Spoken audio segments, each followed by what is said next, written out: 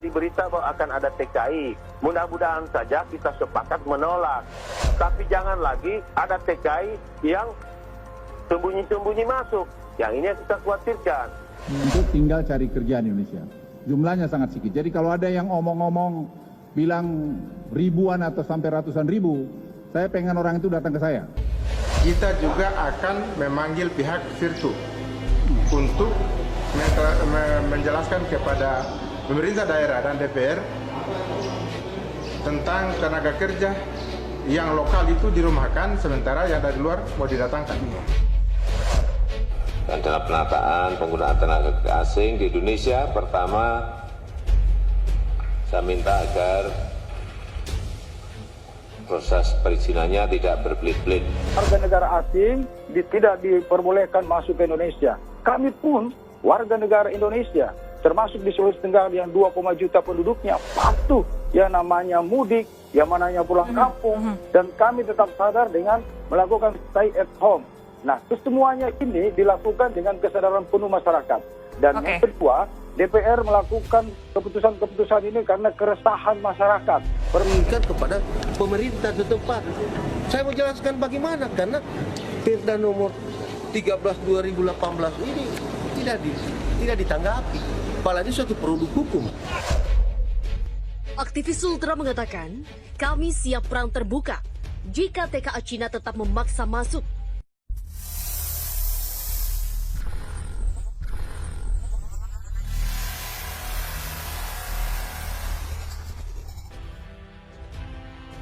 Aktivis Sultra mengatakan, kami siap perang terbuka jika TKA Cina tetap memaksa masuk.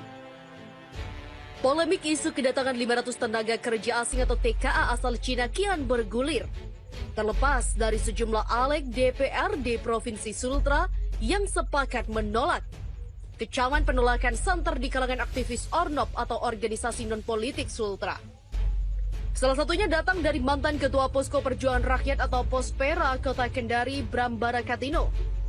Aktivis bagian lingkungan hidup itu mengungkapkan, terlepas dari jadi atau tidaknya TKA asal Cina dengan jumlah 500 orang itu berhasil masuk Sultra ataupun tidak, niat datang saja sudah sangat melecehkan masyarakat Sulawesi Tenggara.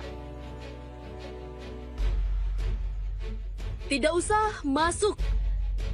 Hanya niatan datang saja sudah sangat melecehkan. Dan kita tahu bersama, di tengah situasi bangsa kita sedang pilu-piluhnya tenggelam dalam duka bencana pandemi COVID-19, pemerintah malah membuka ruang terkait kedatangan TKA Cina itu. Hal ini sangat keterlaluan. Begitulah kata pria yang akrab disapa Bram itu saat dijumpai di sela-sela kesibukannya pada Kamis 30 April.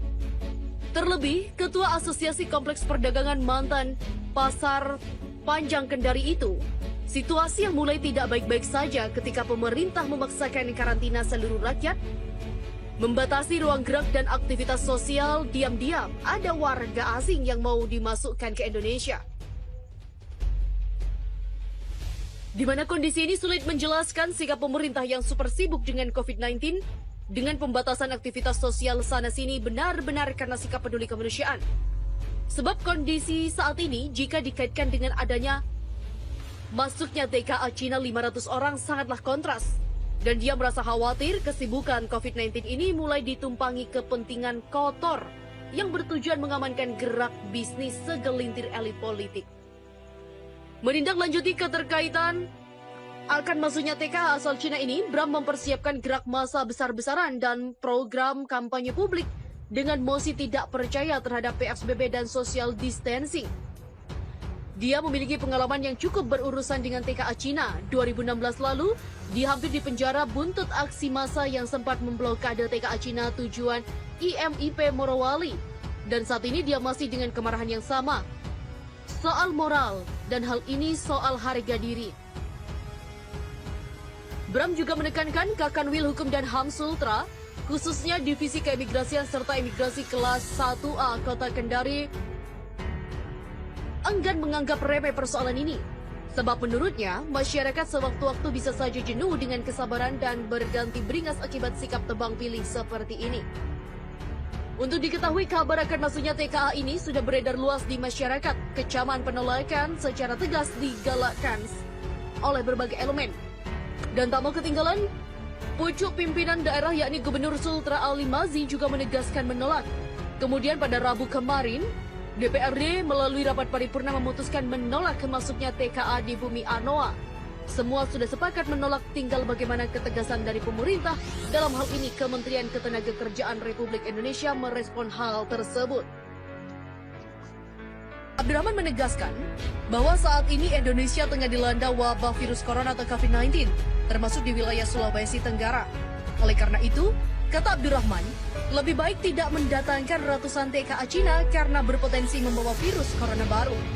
Abdurrahman mengatakan, masyarakat juga akan cemas dan bisa menimbulkan gejolak sosial di Sulawesi Tenggara jika 500 TKA asal Cina benar-benar didatangkan. DPRD bukan anti asing. Pihaknya berkomitmen bahwa investasi dibutuhkan dan regulasinya harus dipatuhi. Namun hari ini dunia sedang pandemi COVID-19. Untuk itu, mewakili fraksi, maka pihaknya menolak. Dari satu sisi aturan regulasi benar, tapi dampak ke depannya dan dampak sosialnya. Anggota fraksi Partai Keadilan Sejahtera atau PKS, Muhammad Poli juga mengkritik rencana pemerintah mendatangkan 500 TKA asal Cina di tengah pandemi corona. Ia mengingatkan bahwa sudah banyak masyarakat setempat yang dirumahkan lantaran perusahaan tempatnya bekerja terdampak virus tersebut. Maka dari itu akan timbul kesenjangan jika pemerintah pusat memberikan pekerjaan kepada TKA asing. Diketahui pemerintah pusat berencana mendatangkan 500 TKA asal Cina. Mereka akan ditempatkan di perusahaan pemurnian nikel atau smelter PT VDNI atau Fit to Dragon Nickel Industry di Morosi, Kabupaten Konawe. Pemprov dan DPRD Sultra menolak meski pemerintah sudah menerapkan protokol kesehatan. Meskipun rencana kedatangan TKA tersebut merupakan kebijakan pemerintah pusat dan sudah melalui mekanisme protokol COVID-19, namun suasana kebatinan masyarakat di daerah belum ingin menerima kedatangan TKA. Demikian dikatakan Gubernur Sultra Ali Mazi mengutip Antara pada Rabu 29 April 2020. Virus Corona, 500 TKA asal Cina ditolak masuk zona merah. Sultra PSBB mesti berlaku untuk setiap orang, walau direstui oleh pemerintah pusat.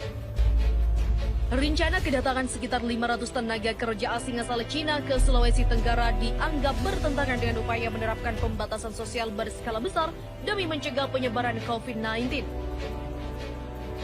Kementerian Ketenagakerjaan saat ini sudah menerbitkan izin kerja untuk para TKA itu dengan mempertimbangkan pekerjaan mereka dalam proyek strategis nasional. Namun pihak perusahaan mengklaim akan menunda kedatangan pekerja asing itu sebelum otoritas lokal sependapat dengan pemerintah pusat. Berdasarkan data resmi, selama pandemi COVID-19, sejumlah proyek usaha di provinsi lain juga mengajukan izin agar bisa menggunakan tenaga pekerja dari luar negeri. Penerbitan izin kerja bagi ratusan TKA asal Cina untuk bekerja di industri nikel Sultra disebut mengesampingkan penanggulangan pandemi COVID-19. Wakil Ketua DPRD Sultra, Endang SA, berpendapat prinsip pembatasan sosial semestinya diberlakukan secara rata, termasuk untuk warga asing yang dengan alasan apapun berencana masuk ke Indonesia. Warga dibatasi pergerakannya, dilarang mudik dan tarawih, tetapi mereka bisa masuk begitu saja karena mereka adalah korporasi.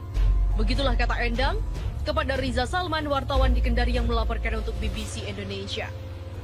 Ratusan pekerja asal Cina yang dipersoalkan itu datang untuk bekerja di dua perusahaan berbasis di Kabupaten Konawe, yaitu PT Virtu Dragon Nickel Industry atau VDNI dan PT Obsidian Stainless Steel. Dua perusahaan itu masing-masing sudah beroperasi di Konawe sejak 2014 dan 2017.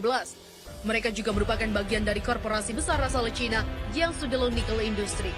Pihaknya meminta kepada pemerintah pusat untuk memahami perasaan dan suasana batin masyarakat Sultra.